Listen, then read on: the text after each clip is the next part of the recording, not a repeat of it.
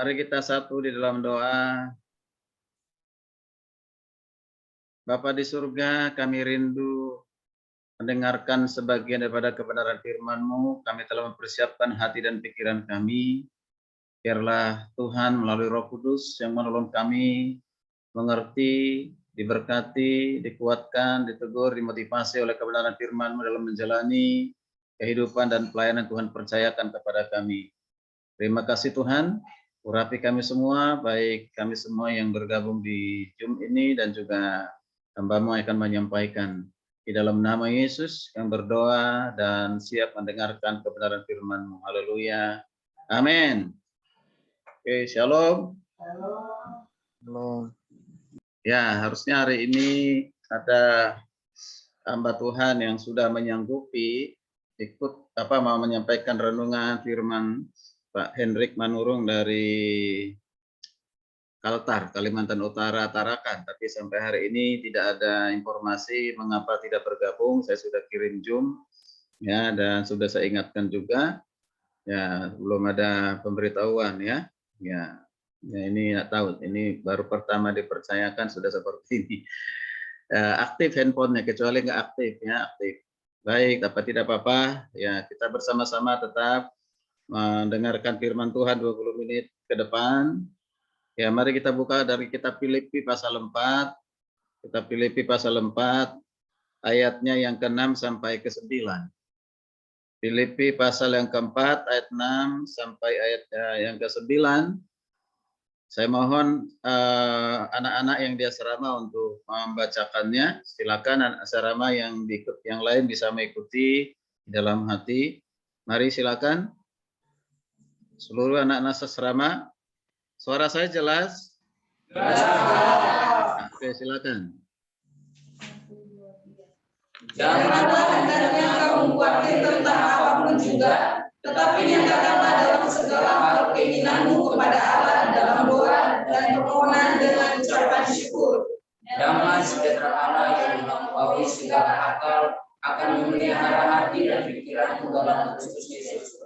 Jadi akhirnya saudara-saudara, semua yang benar, semua yang mulia, semua yang adil, semua yang suci, semua yang manis, semua yang sedang didengar, semua yang disebut kebajikan dan dapat memuji, pikirkanlah semuanya itu, dan apa yang telah kamu pelajari, dan apa yang telah kamu terima, dan apa yang telah kamu dengar, dan apa yang telah kamu lihat padaku, lakukanlah itu, maka Allah sumber damai sejahtera akan menyertai kamu. Amin. Oke, baik. Saya akan ulang membaca khususnya ayat yang ke-6.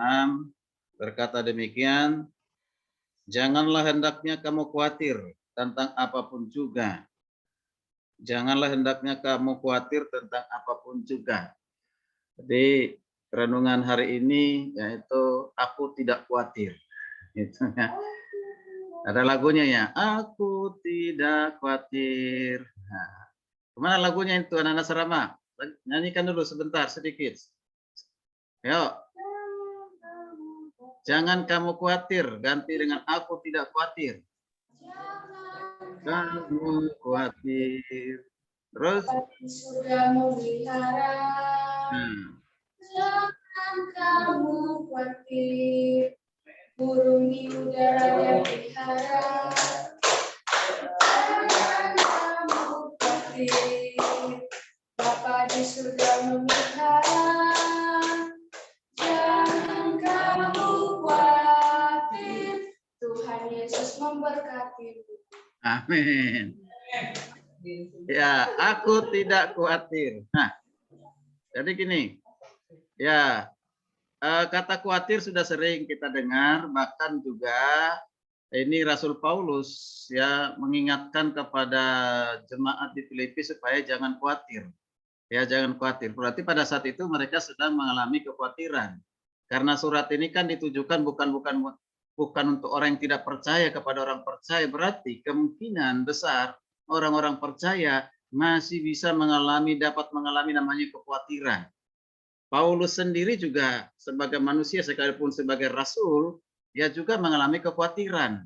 Ya, nah kekhawatiran itu bisa berdampak kepada atau sama dengan cemas, ya, ketakutan.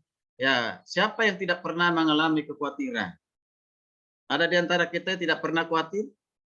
Tentu tidak ada. Ya, semuanya pasti mengalami namanya kekhawatiran. Ya. Nah, kita perhatikan bersama-sama. Berarti ini sesuatu yang sangat penting. Mengapa? Ya, Paulus mengatakan itu kepada jemaat di Filipi, jangan kamu khawatir. Ya, ada hal-hal yang menyebabkan mereka khawatir. Ya, menyebabkan mereka khawatir. Yaitu situasi, keadaan pada saat itu Paulus yang adalah bapa rohani mereka yang merintis jemaat di Filipi dalam keadaan menderita, harus di penjara karena Injil, dan mereka merasa seperti ditinggal oleh seorang pimpinan atau bapak rohani mereka. Nah, situasi yang mereka dikejar-kejar, dianiaya, sehingga terjadi jemaat pada saat itu perpindahan dari satu ke tempat yang lain karena iman mereka. Ya, ada kekhawatiran. Kekhawatiran melanda dunia juga sampai saat ini. Kekhawatiran, takut mati. Ya, beberapa hari minggu yang lalu itu saya dilanda dengan ketakutan itu, takut mati gitu. Ya, takut mati. Nah, makanya mengurangi mendengar ya korban-korban karena virus corona itu. Ya, nah itu. Kalau semakin kita mendengar berita kematian, itu mempengaruhi hati dan pikiran kita, menimbulkan kita khawatir. Lagi berdampak kepada perekonomian Indonesia. Ya, perekonomian kita, ya keuangan kita, ekonomi kita, ya serba sulit. Ya, dibandingkan dengan tahun-tahun sebelum ya COVID. Nah, ini sekarang sudah mulai tahap-tahap pemulihan. Tetap aja banyak orang yang khawatir. Karena khawatir tidak makan, tidak minum, akhirnya halalkan segala cara untuk mendapatkan uang. Bahkan membunuh pun akan dilakukan demi memenuhi kebutuhan keperluan masing-masing. Ya, korupsi pun dilakukan dalam keadaan Indonesia menderita karena COVID ini. Masih ada aja yang korupsi, ya pejabat-pejabat daerah yang baru-baru ini ditangkap dari Sumatera Selatan. Dalam keadaan rakyat Indonesia sedang terjepit dengan ekonomi, masih ada aja. Nah, jadi kekhawatiran itu banyak berdampak kepada banyak hal. Bahkan kekhawatiran itu ya menghilangkan damai sejahtera kita, sukacita kita. Ya. Nah, kekhawatiran itu membuat kita mulai ya bisa saja mundur ya dari pelayanan. Bahkan iman kita mulai goyah. Itulah kekhawatiran, begitu besarnya pengaruh dari kekhawatiran itu. Membuat kita takut, membuat kita cemas. Nah, hari ini kita belajar dari Rasul Paulus mengingatkan jemaat di Filipi, dikatakan janganlah kamu khawatir. Lalu bagaimana cara mengatasi kekhawatiran itu? Supaya menghasilkan damai sejahtera, menghasilkan ketenangan, ketentraman. Ya, seringkali kita dalam kekhawatiran itu katakan janganlah khawatir, tapi tetap aja khawatir. Kita perkatakan jangan khawatir, tetap khawatir. Mungkin juga sudah berdoa, tapi tetap aja khawatir. Hari ini kita mau belajar bersama-sama 3 hal, 3 kunci utama bagaimana kita mengatasi kekhawatiran dari Rasul Paulus. Yang pertama adalah yaitu berdoa dengan benar. Yang kedua, berpikir dengan benar. Dan yang ketiga, bertindak dengan benar. 3 hal ini kita perhatikan bersama-sama dalam waktu 20 menit ke depan. Yang pertama dikatakan apa tadi? Berdoa dengan benar. Ya, apakah doa kita selama ini sudah berdoa dengan benar? Doa itu bukan suatu rutinitas. Doa itu bukan hanya untuk mengisi waktu. Doa itu bukan karena panjangnya pokok doa, bertele-tele, dan yang lain sebagainya. Doa itu harus lahir dari hati yang tulus, yang ikhlas, yang bersih, dan jujur. Doa itu harus ditujukan kepada, jelas, kalau agama lain, keyakinan lain mengatakan kepada Tuhan yang Maha Kuasa. Karena setiap agama juga berdoa kepada siapa? Kepada Tuhan yang Maha Kuasa. Kadang-kadang orang Kristen juga menyesuaikan diri kalau dia ada lingkungan komunitas lain. Ya, Tuhan yang Maha Kuasa, Maha Esa. Tapi kalau di lingkungan orang Kristen sudah mengatakan Tuhan yang Maha Kuasa, Maha Esa. Nah ini, ya, siapa itu Tuhan yang Maha Kuasa? Jelas adalah Tuhan Yesus Kristus. Kita berdoa kepada Tuhan kita Yesus Kristus, berdoa kepada Bapa dalam pimpinan kuasa Roh Kudus. Jadi alamat doanya itu jelas, yaitu Bapa di surga, Yesus Kristus, dalam pimpinan kuasa Roh Kudus, melibatkan 3 pribadi itu. Itu dasar yang utama. Hal lain yang kita bisa pelajari dari Rasul Paulus yang dikatakan di ayat ke-6 tadi, nyatakanlah dalam segala hal keinginanmu kepada Tuhan di dalam doa dan permohonan dengan ucapan syukur. Nyatakanlah permohonanmu. Apa hubungannya? Ini katakan janganlah khawatir, nyatakanlah ya kepada Tuhan doa dan permohonanmu dengan ucapan syukur. Ini Rasul Paulus mengajarkan kepada kita doa yang benar itu adalah yaitu doa menyatakan segala hal kepada Tuhan sangat jelas. Dalam segala hal apapun itu termasuk dalam hal kekhawatiran, kecemasan, ketakutan, kecemasan kita yang lain sebagainya.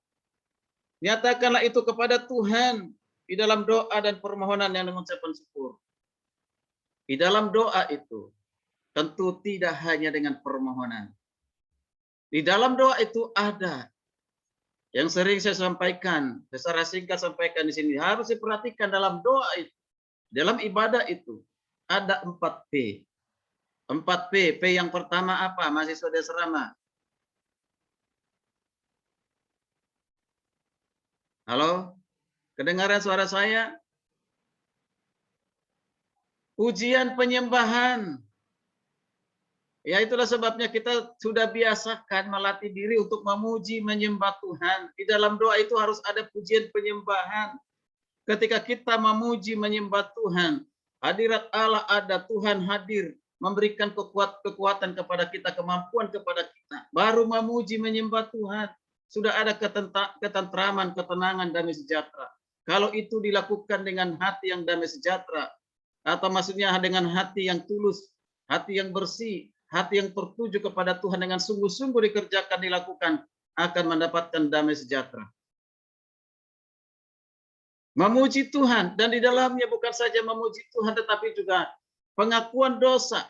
Makanya di doa fajar ini selalu melakukan 4 hal itu. Pengakuan dosa, membereskan diri di hadapan Tuhan. Kita sadar kita tidak pernah lepas dari dosa dan pelanggaran kita.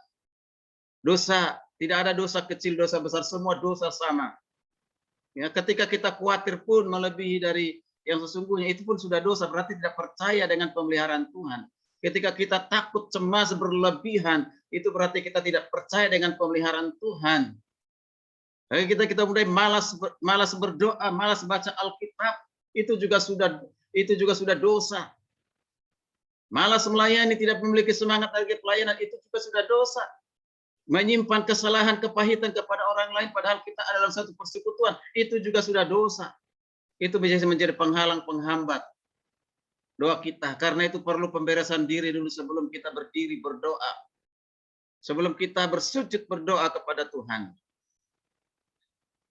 Dan hal yang berikut selain pengakuan dosa tentu adalah pengucapan syukur. Mengapa? Karena firman Tuhan juga mengatakan mengucap syukurlah dalam segala hal. Itulah yang dikehendaki oleh Tuhan. Mengucap syukur dalam segala hal. Segala sesuatu yang kita miliki, kita menikmati. Tidak ada satu kebetulan, tidak ada karena kekuatan kemampuan kita. Itu karena Tuhan, itu karena kasih karunia Tuhan. Seharusnya kita mengucap syukur.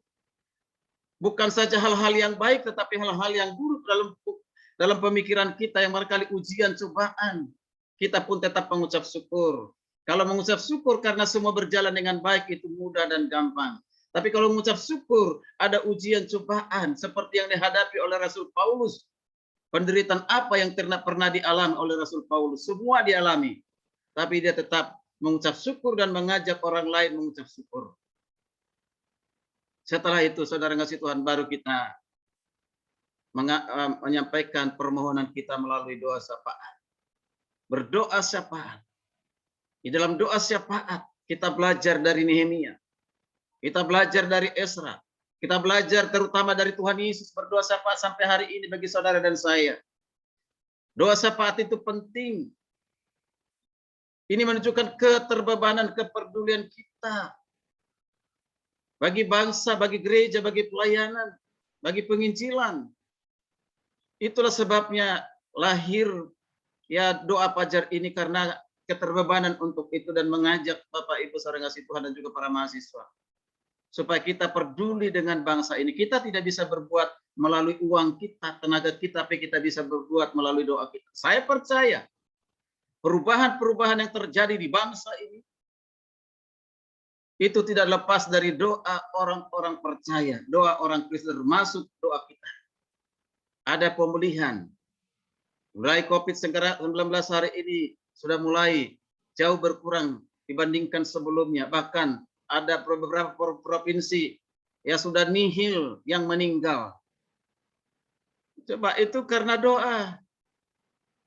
Banyak koruptor-koruptor yang ditangkap karena kita berdoa untuk pengadilan, kita berdoa untuk kejaksaan, kita berdoa mereka yang ada di tingkat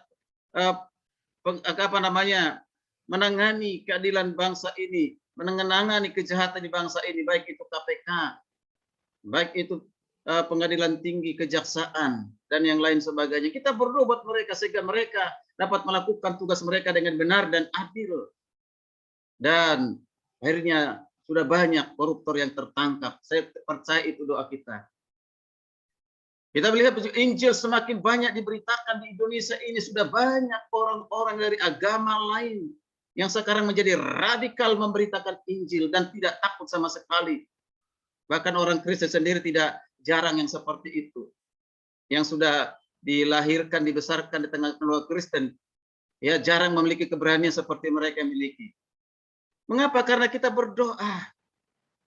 Jadi jangan sampai kita sia-siakan doa. Waktu kita untuk berdoa seperti doa Fajar ini, saudara kasih Tuhan. Berdoa. Berdoa. Lalu yang selain berdoa dengan benar, yang kedua, mari kita lihat bersama-sama tadi dikatakan apa? Berpikir dengan benar. Berpikir dengan benar. Kita perhatikan di ayat yang ke-7. Di ayat yang ke-8 dikatakan begini. Perhatikan ayat 8. Jadi akhirnya saudara, semua yang benar, semua yang mulia, semua yang adil, semua yang suci, semua yang manis, semua yang sedap didengar, semua yang disebut kebajikan dan patut dipuji, pikirkanlah semuanya itu. Pikiran itu mempengaruhi perasaan kita, dan juga akan mempengaruhi tindakan kita. Jadi pikiran ini sangat menentukan keadaan situasi yang ada di dalam hati kita. Apa yang kita pikirkan? Kalau kita pikirkan hal-hal yang negatif, ketakutan, kecemasan, kekhawatiran terus-menerus dikuasai dengan hal yang demikian, maka tidak mungkin ada damai sejahtera dalam hati kita. Ya. Berpikir dengan benar, Paulus ajarkan kepada kita. Yaitu berpikirlah seperti Kristus berpikir. Apa yang sedang dipikirkan oleh Kristus? Itulah yang harus kita pikirkan. Yang pertama, berpikir dengan benar. Benar itu berarti adalah firman. Benar itu berarti Alkitab. Biarlah hati dan pikiran kita selalu dikuasai oleh firman. Perkatakan firman yang kita renungkan, yang kita baca itu. Supaya itu mempengaruhi pikiran kita. Mempengaruhi emosi kita. Mempengaruhi akal kita. Itu firman. Pikirkanlah apa yang mulia. Tentu sesuatu yang mulia itu datangnya dari Tuhan, bukan datang dari dunia ini. Apa yang mulia kita pikir? Apa yang mendatangkan kemuliaan bagi nama Tuhan kita pikirkan. Lalu kita pikirkan juga apa yang adil. Berlaku adil. Kita pikirkan juga dikatakan apa yang suci, apa yang kudus. Dunia ini dicemari dengan banyak dosa sampai hari ini. Begitu banyak orang sudah tidak takut dengan dosa.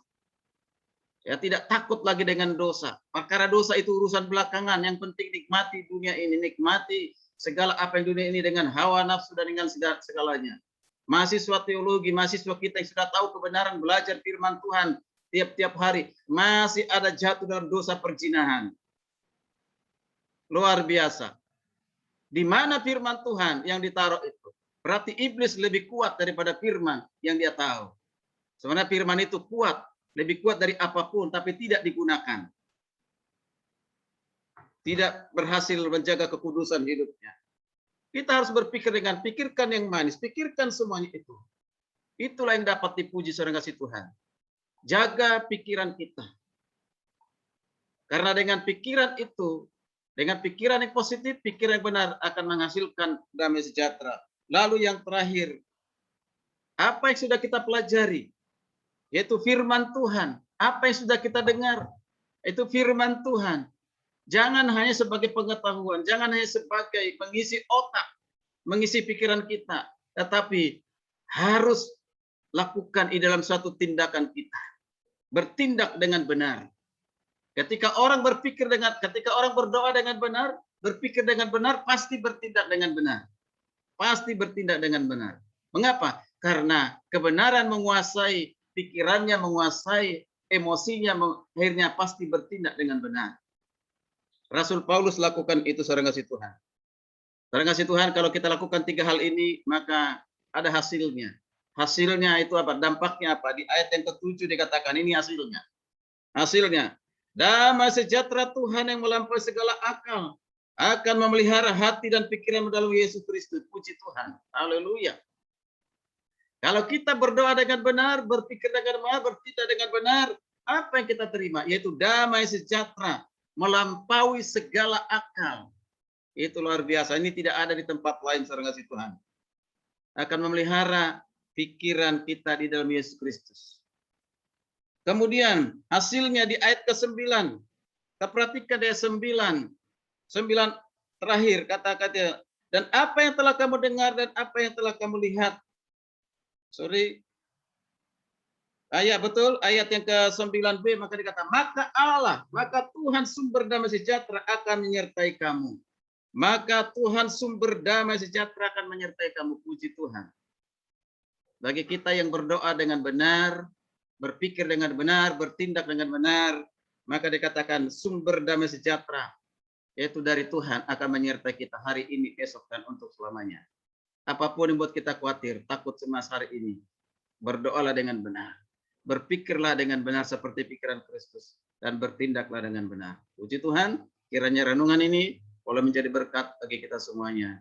Saya mohon kesediaan dari yang untuk berdoa mengucap syukur atas firman Tuhan, Ibu atau dari Batam, Pak Fabri Putar-Putar. Silakan Pak. Mari kita berdoa. Raja semesta sang pencipta langit dan bumi, hal yang kami puja kami kenal dalam nama Yesus Tuhan. Kami bersyukur, berterima kasih Bapa pada Engkau karena kami telah diberkati pagi ini pada di mana kami diberkati oleh hamba-Mu melalui kebenaran firman-Mu telah disampaikan supaya kami selalu memiliki sikap yang baik dalam berdoa, dan kami juga nggak perlu kami khawatir ya Tuhan, karena Tuhanlah yang menolong dan melindungi kami.